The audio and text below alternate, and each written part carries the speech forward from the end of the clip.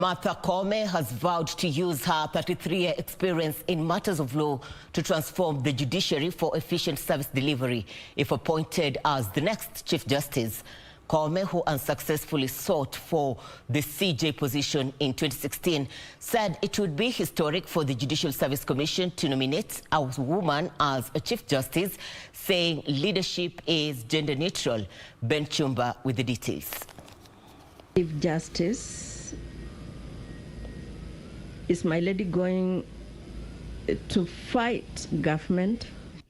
It was the turn of Court of Appeal Judge Martha Koome to face the Judicial Service Commission panel to make yet another shot at the Chief Justice position, having tried unsuccessfully in 2016. Being the third candidate so far to be interviewed for the position of the Chief Justice, Justice Koome vowed to use her experience in matters of law gained over 3 decades to transform the judiciary. Having participated in the transformation initiative by the Kenyans themselves to reform the constitution, to reform the law, to reform the justice institutions, and the work that I've done in vision, resident in global. Being the chairperson of the Kenya Magistrates and Judges Association puts me in good stead because I have good strategic partnerships from inside, from the magistrates whom I have interacted with as their president. As one among 3 women eyeing the CJ position, Justice Koome said it will be historic for her to be appointed Chief Justice. The attributes of my being a woman or being a man would do anything in the office of the Chief Justice.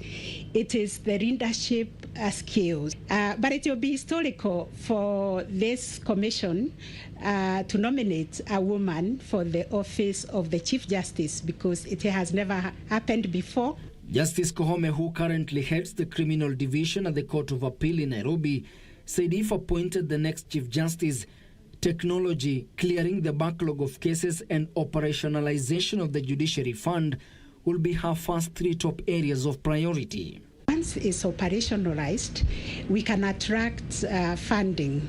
The Judiciary has always been supported by donors. We can get the government funding. The 17 billion that I had was given to the judiciary.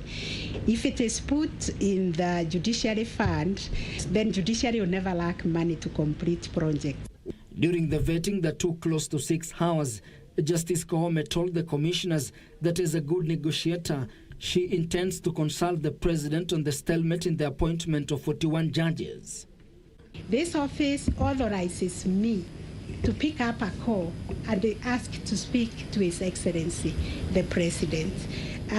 Even if it has been tried before and it has failed, I'm not the one who tried, so I must try it. And I have faith. I'm a woman of faith. I believe I will be able to explain why I want to speak to His Excellency to have a meeting. And the Martha Koome I knew is the one who was always out there with the Law Society, fighting, these issues. There's the second liberation, the issue of political rights and detainees and all that. Even demonstrations. In fact, that's the Martha Koome I remember. Yes. Before she became a judge.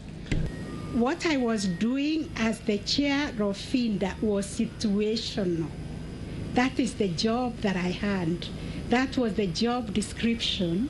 As my lady changed, as Chief Justice, is my lady going to fight government? Completely. I have changed. Because the job description of a judge is to decide cases that are before the judge, not to express any view that may compromise your decision-making ability, so that when people come to court, they ask me to recuse myself. On Thursday, Justice Marete David Njagi, who is currently serving in the Employment and Labor Relations Court, will face the Professor Olive Mugenda-led panel. Chumba, reporting for Channel 1 News.